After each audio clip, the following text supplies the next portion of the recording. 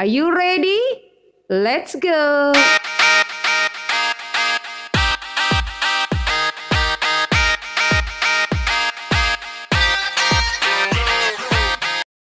Hai, Assalamualaikum warahmatullahi wabarakatuh. How is your day, guys? Bagaimana kabar kalian hari ini? Mudah-mudahan tetap dalam kondisi yang sehat dan baik-baik saja. Welcome back to my channel, guys. Nah, di video kali ini kita akan membahas mengenai penggunaan huruf S di dalam kalimat bahasa Inggris. Kalian sering sekali mendengar penggunaan huruf S di dalam beberapa kalimat berbahasa Inggris. Nah, bagaimana aturan penggunaannya? Kita akan coba bahas di video kali ini. Ready? Kita lanjutkan. Oke, penggunaan S. Nah, yang perlu saya utarakan pertama kali bahwa di sini saya akan membandingkan dua huruf S ya. S yang polos sama S yang ada kutipnya. Ya, S yang diawali dengan kutip kecil di atasnya. Kita mulai dengan S yang polos aja tanpa ada kutip ya. Penggunaan S yang polos tadi, yang pertama adalah to show plurality, ya, jamak, banyak, jumlahnya yang tidak hanya satu. Countable noun, jadi bentuk kata benda yang bisa dihitung saja, bukan kata benda yang uncountable. Contohnya, books, cats, apples, and pencils. Ya, jadi penambahan huruf S di belakangnya menyatakan bahwa jumlah kata benda itu banyak.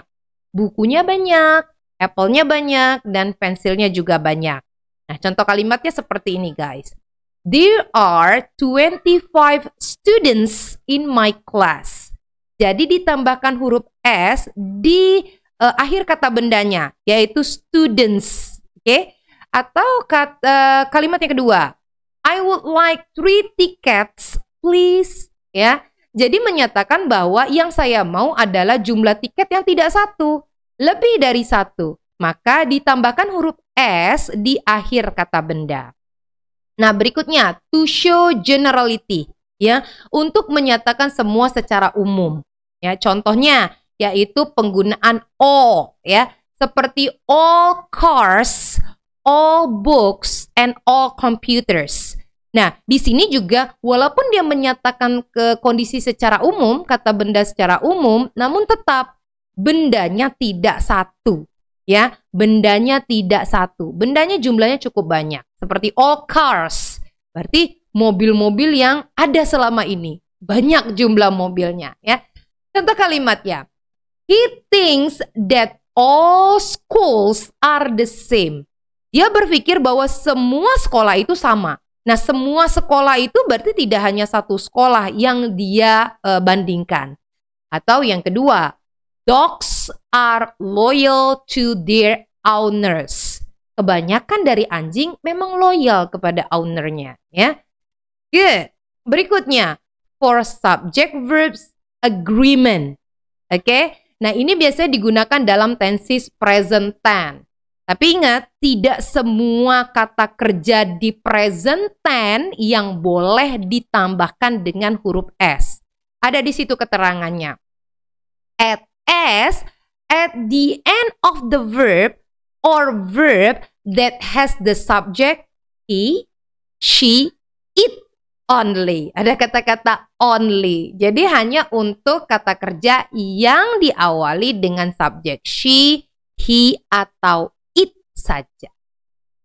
Next, for subject verbs agreement. Kita lihat contohnya. He drinks coffee every morning. Ya, karena diawali dengan subjek he, maka drinknya boleh ditambahkan s menjadi drinks. Ya, untuk positive sentence ya. Kemudian Karen plays piano very well. Nah, karena Karen itu adalah she, maka play-nya boleh ditambahin S menjadi plays. Oke. Berikutnya, for subject verb agreement masih mengenai subject verb agreement.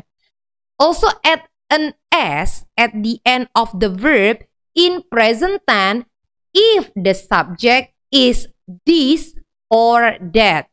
Remember, if the subject is this or that.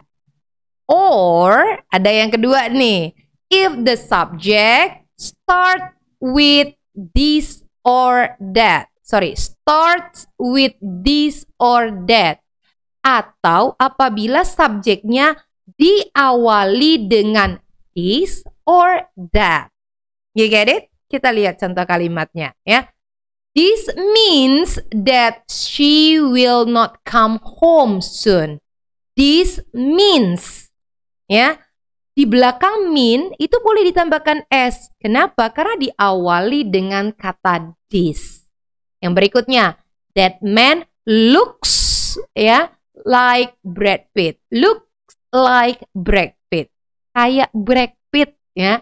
Nah, look-nya boleh ditambahkan s karena sudah diawali di awal kalimat dengan kata that.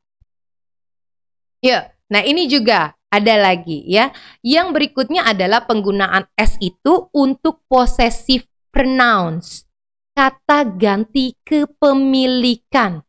Kata ganti kepemilikan. Contohnya, hers, yours, ours, theirs, its, ya, yang artinya punya mereka, punya kamu, punya kami, dan punya mereka. Contoh kalimatnya, ours is better than theirs. Punya kita lebih baik daripada punya mereka, ya. This house is hers. Rumah ini rumahnya dia, ya. You get it? Jadi untuk penggunaan possessive pronouns, you boleh meletakkan s di kata pronouns-nya, di kata gantinya, ya, kayak our dan her. Next, sekarang kita lanjut ke contoh penggunaan s yang berikutnya, yaitu penggunaan s yang ada kutipnya atau apostrofnya, ya. Nah, seperti apa contohnya? Kita lihat. Penggunaan s yang ada kutipnya to show possession. Ini juga untuk menyatakan kepemilikan ya. Contoh kalimatnya, Jennifer's father is Japanese. Ayahnya si Jennifer itu orang Jepang. Jadi kalau ditanya, yang orang Jepang itu siapa? Yang orang tuanya, yang ayahnya Jennifer. Oke? Jadi ada S kutipnya di subjeknya.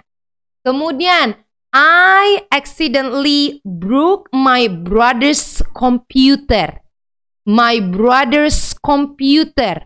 Berarti komputer yang punyanya adik laki-laki saya. Ya, ada kata kutip S-nya.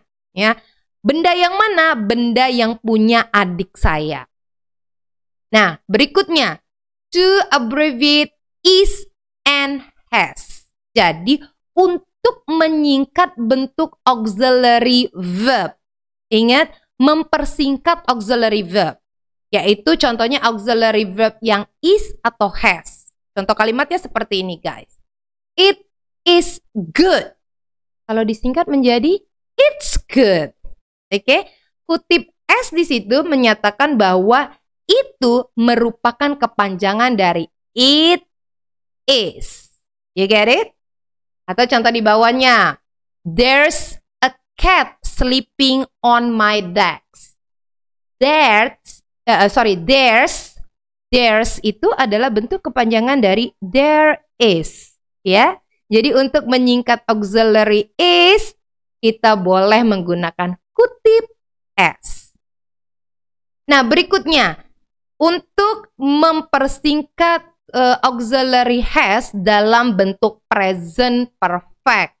Contohnya, it has been so long. Ya, menjadi it's been so long. Nah, it's di situ bukan it is, namun it has.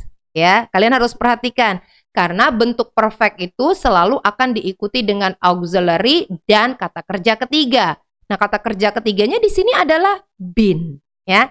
Atau contoh yang kedua, she's learned English for 2 years. Nah, she's di situ maknanya bukan she is ya guys, tapi she has. Kenapa? Karena ini bentuk dari present perfect. Karena setelah auxiliary diikuti dengan kata kerja ketiga, yaitu learned, ya. You get it? Nah, itu tadi penjelasan saya tentang penggunaan S dalam kalimat berbahasa Inggris.